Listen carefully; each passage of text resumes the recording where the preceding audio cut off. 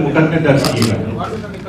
25 फरवरी 2020 को प्रशांत किशोर और उसामा खुर्शीद के खिलाफ 2 अलग अलग मामले दर्ज किए गए हैं। मीडिया में इसको लेकर के शायद कुछ कंफ्यूजन था। पहला मामला IPR इंटेलेक्चुअल प्रॉपर्टी राइट्स के अंतर्गत पटना सिविल कोर्ट में दर्ज किया गया है, जो कोड ऑफ सिविल प्रोसीजर के सेक्शन 9 और सेक्शन 20 के अंतर्गत केस संख्या TS नंबर 86 और 2020 दर्ज किया गया है। I'll answer you very clearly. The FIR is very clearly on 2 grounds. One is this, that the whole idea being stolen, and the other being that it is being misused by somebody for personal gains or personal propagation. So there are 2 aspects of it. So if somebody steals your phone, and so obviously that person is complicit, but that person starts using it, or that person is equally complicit, and they both are clearly involved. So I don't see there is a ground to substantiate that why only on Osama, because eventually Osama led to that information being used by Prashant Kishore, which I have put it very clearly, and I am going to give you the copy of FIR where this is very clearly detailed. And as far as Prashant Kishore is concerned, he knew from day one that whatever is coming from me, and Osama was throughout in touch with him, whatever if it is coming from me, there is going to be a substance, and I have substantiated proof that I have helped him, and I have never seeked any affiliation for that. I have never seeked, and even not now seeking that, oh, I did anything to him, or I should be given credit. But the mere fact that he used it makes him complicit in this case.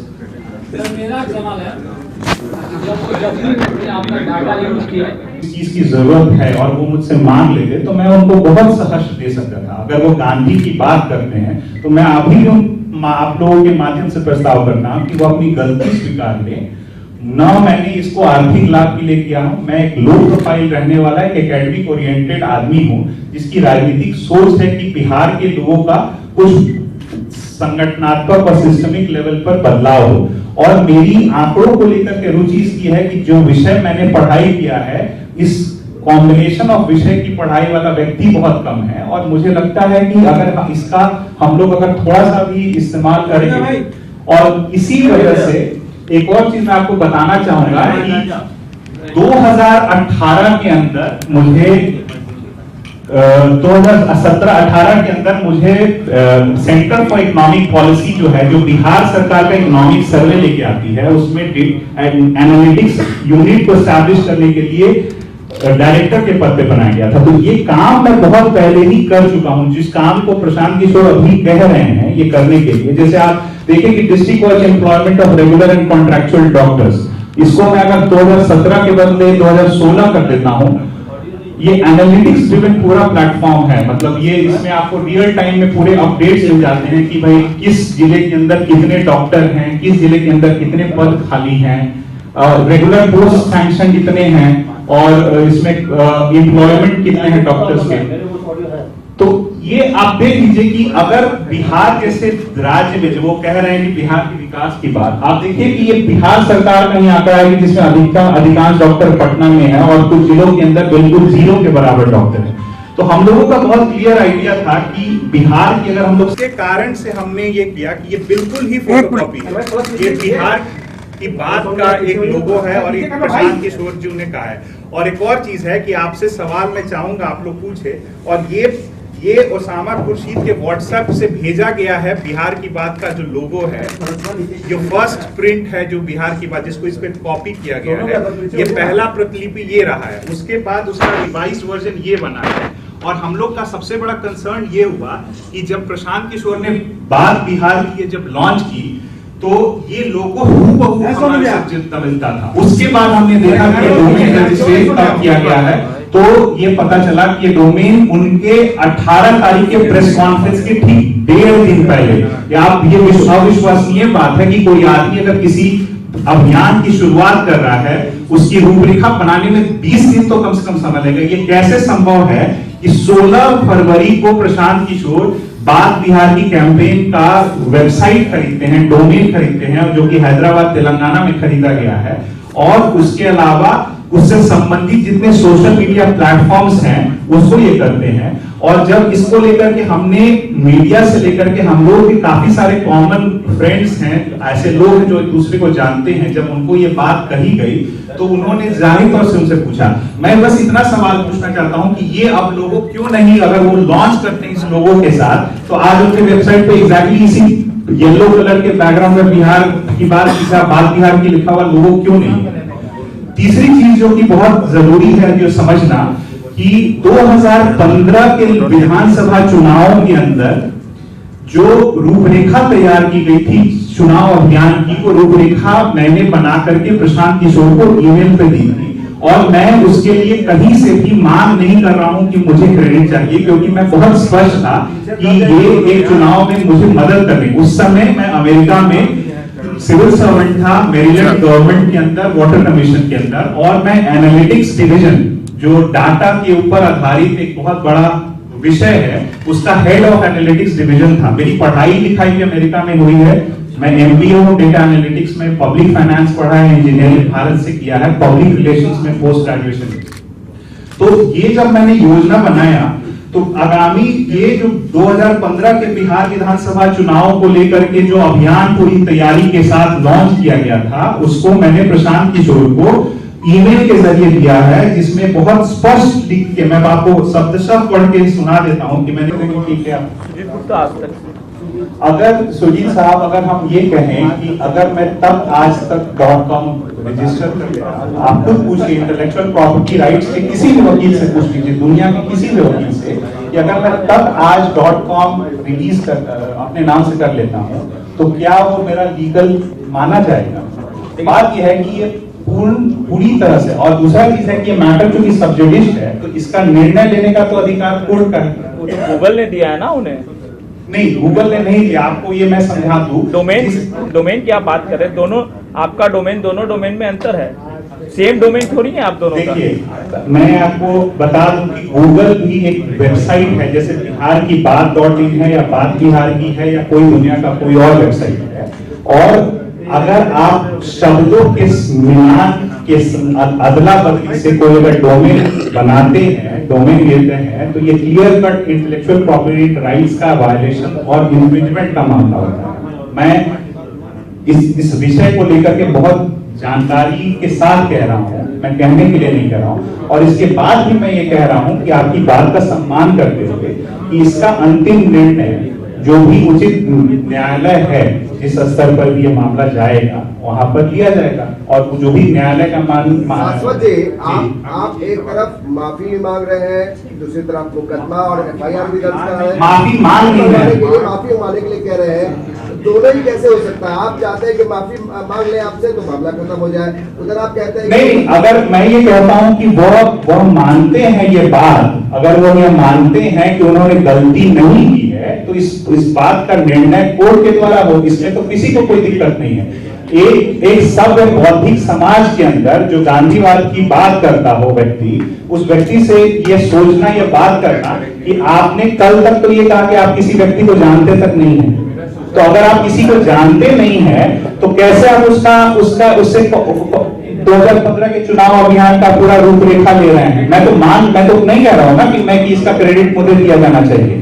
2015 के चुनाव के लिए मैं बिल्कुल नहीं कह रहा हूं, इससे पहले भी उनके कम से कम मैं आपको ऐसे 50 ईमेल कन्वर्सेशंस का तो कॉपी अभी दे रहा हूं मैं, कि जहां पर उन्होंने मुझसे बहुत सारी चीजों के ऊपर, यहां तक कि नीतीश जी का ट्विटर अकाउंट को लेकर कोई बात है या बहुत सारी चीजों को लेकर है, तो मैं ये माफी की सिर्फ ये इसलिए कह रहा हूं कि अगर उनको लगता है कि गलती हुई है तो इस मामले को आगे बढ़ाने की जरूरत नहीं है, मगर अगर वो मानते हैं कि उन्होंने कोई गलती नहीं की है तो हम लोग पूरी मजबूती के साथ, क्योंकि ये इंटेलेक्चुअल प्रॉपर्टी और बौद्धिक संपदा का मामला है और जिसकी जानकारी भारत जैसे देश में बहुत कम है, अगर ये मामला अगर विदेश में हुआ रहता तो ये बहुत बड़ी स्टोरी रहती, और इसमें कोई अनजस्टिफाइड तरीके से कोई आर्गुमेंट ही नहीं है। अगर प्राइमा फेसी अगर आप बात करें तो ईमेल के जितने फुटप्रिंट्स हैं वो तो डिजिटली एक्वायर किए जा सकते हैं, और कोर्ट इन सभी चीजों को एक वैलिड प्रूफ की तरफ मानता है, और जिसकी प्रतिलिपि मैं अभी दे रहा हूं, उसके अलावा मेरे पास ऐसे बहुत सारे डॉक्यूमेंट्री डिजिटल एविडेंस हैं जिसको हम कोर्ट में शामिल करेंगे। आप चाहते हैं कि पुलिस इस पर कार्रवाई करे, और इससे संबंधित हम सभी आंकड़े आपके साथ देंगे, जैसे बिहार की बार.in डोमेन नेम जिसको लेकर के बहुत बड़ा विवाद है, वह 7 जनवरी को ही हमने रजिस्टर किया गया है और उसका भी आंकड़ा हमारे बिल्कुल साफ है, गोल्ड आईडी। और इसमें अमेरिका के घर का मेरा पता है, अगर मैं चाहूं तो ये इंटरनेशनल लेवल पर भी इसको रेज किया जा सकता है। ये बिहार की बात का जो रजिस्ट्रेशन था वह ठीक 7 जनवरी को 2:24 सुबह किया गया है, जबकि बात बिहार की जिसको प्रतिलिपि एक तरह से कॉपी करके जो बनाया गया है उसका रजिस्ट्रेशन 16 फरवरी को 12:58 और उसका भी मैं संबंधित दस्तावेज दूंगा। जो सबसे बड़ी बात है जिसकी वजह से ध्यान आकर्षित हुआ कि जब प्रशांत किशोर ने पहली प्रेस कॉन्फ्रेंस करके 18 तारीख को, और आप सभी मीडिया के साथी थे, उन्होंने ये आंकड़ा, ये फ्लायर रिलीज किया और ये सबसे बड़ा मुद्दा था क्योंकि आईपीसी की धारा के अंतर्गत केस दर्ज किया गया है, तो इसका मतलब ही यही है ना कि पुलिस अपना काम करे। आपको जी इतने दिन चुप क्यों रहे? मैं एक बात करके, पहला इनका टीवी भारत से भाई साहब ने पूछा है, देखिए बहुत स्पष्ट है कि अगर मैं किसी के ऊपर आरोप लगा रहा हूं तो वो आरोप बेबुनियाद नहीं होना चाहिए। हर देखिए एक आम आदमी जो सड़क पर भी काम करता है ना, उसकी प्रतिष्ठा है, तो किसी की प्रतिष्ठा का हनन बिना सोचे समझे, बिना डॉक्यूमेंटेड प्रूफ से, बिना लीगल मामलों को जाने समझे नहीं किया जाना चाहिए। तो हमने इसके ऊपर इंटरनेशनल लेवल के लॉयर्स से, भारत के जो बड़े स्तर के लॉयर्स हैं पटना के अंदर, और इसके ऊपर सब लोगों से विमर्श करने के बाद ही निर्णय, और इसमें जाहिर सी बात है कि 3 से 4 दिन का समय लगेगा, बीच में अगर वीकेंड है तो 3-4 दिन का समय बहुत ज्यादा नहीं है। उन्होंने 18 को किया और हमने 25 को केस फाइल कर दिया है। Thank you. Yes. You said Osama worked with you, right? So why FIR on Prashant Kishore? Why not only on? नाम का आदमी यूनाइटेड नेशंस के डेटाबेस में कभी था ही नहीं, तो ये कैसे किसी ने क्लेम कर दिया? क्या उन्होंने कभी कोई आंकड़े पेश किए हैं? क्या उन्होंने कोई डॉक्यूमेंटेड प्रूफ दिया है? क्या उन्होंने अपने एकेडमिक क्वालिफिकेशंस के बारे में प्रूफ दिया है? मैं ये नहीं कह रहा हूं कि उन्होंने प्रचार नहीं किया है, उनकी संस्था नहीं है, ये मैं नहीं कह रहा हूं, बिल्कुल मानता हूं, मगर उनके अपने बैकग्राउंड के बारे में उनकी विश्वसनीयता कैसे स्थापित हो, ये बहुत बड़ा सवाल है। और आखिरी में एक और चीज कि अगर आप बिहार को लेकर के इतने ही ज्यादा संजीदा हैं, तो आप क्यों नहीं इन चीजों को स्पष्ट कर देते हैं? और मैं ये बात वायदे से कह रहा हूं आप सबों के माध्यम से कि आज भी अगर वो माफी मांग लेते हैं सार्वजनिक तौर पर, वो कहते हैं कि उनसे गलती हुई है, या ओसामा कोई दूसरे जिले का या दूसरे देश का बच्चा नहीं है, हमारे अपने समाज का बच्चा है, अगर वो मान लेता है कि उससे गलती हुई है, तो मुझे माफ करने में, क्योंकि अगर वो गांधी को विश्वास करते हैं तो गांधी को थोड़ा सा अपने जीवन में भी लाना चाहिए। तो मैं इसको बहुत मानता हूं। मैं फ्रीडम फाइटर परिवार से आता हूं, मेरे ग्रैंडफादर चंपारण सत्याग्रह में उनकी एक अहम भूमिका रही थी, तो मैं इस चीज को पूरी तरह से माफ कर देने के लिए भी तैयार हूं, बशर्ते वो लोग इसको स्वीकार कर लें। अब आपके कोई भी सवाल हैं, किसी भी तरह के सवाल हैं, find attached document detailing the vision of work to be taken for with you and your team for Bihar elections. I am not stuck anything particular. I am here to just help you and in whatever way and form look forward to working with you. Prashant Kishor उसी दिन mail पे जवाब देते हैं, thanks, noted with thanks, और उसके साथ ये अटैचमेंट है। तो ये अटैचमेंट जो है, इसकी भी प्रतिलिपि जो है, आप लोग अगर चाहेंगे तो मैं दे दूंगा, कि उनको ये बहुत अच्छे से पता है कि अगर मेरे द्वारा कोई योजना बनाई जा रही है, मेरा जो बैकग्राउंड है, उस बैकग्राउंड के अंतर्गत जो मेरी पढ़ाई लिखाई है, मैं इस विषय के अंदर पारंगत हूं, तो अगर उनको कोई ये बता रहा है कि कोई व्यक्ति इस तरह की योजना के ऊपर काम कर रहा है, तो उन्होंने मेरे इस काम का इस्तेमाल 2015 में भी किया है। और मैं एक बार फिर से स्पष्ट कर दूं कि मैं ये बिल्कुल क्लेम नहीं कर रहा हूं कि 2015 के चुनाव अभियान में उन्होंने जो क्रेडिट लिया है वो क्वेश्चन नहीं कर रहा हूं, बावजूद उसके कि इस कैंपेन की पूरी रूपरेखा Bihar assembly election JDU campaign पर 11 जून 2015 को मैंने उनको ये ईमेल पे भेजा है, जो कि उनका पर्सनल ईमेल आईडी है और ये भी वेरीफाइड हो सकता है। दूसरी एक और चीज है जो कि बहुत इंपॉर्टेंट है, और कुछ लोग ये कहेंगे कि वो जानते हैं, मैं चाहूंगा कि आप सब लोग मुझसे पूछें कि वो मुझे जानते हैं या नहीं जानते हैं। ये इसलिए क्योंकि जब मैं बिहार चुनावों को लेकर के आ रहा था बिहार, तो मैंने उनको बकायदा ये ईमेल किया है। ईमेल में मैंने कहा है कि Prashant, ticket has been confirmed, the following is my schedule, arrival in Patna on so and so from US, और इस फ्लाइट से आ रहा हूं और पटना से मैं वापस जाऊंगा।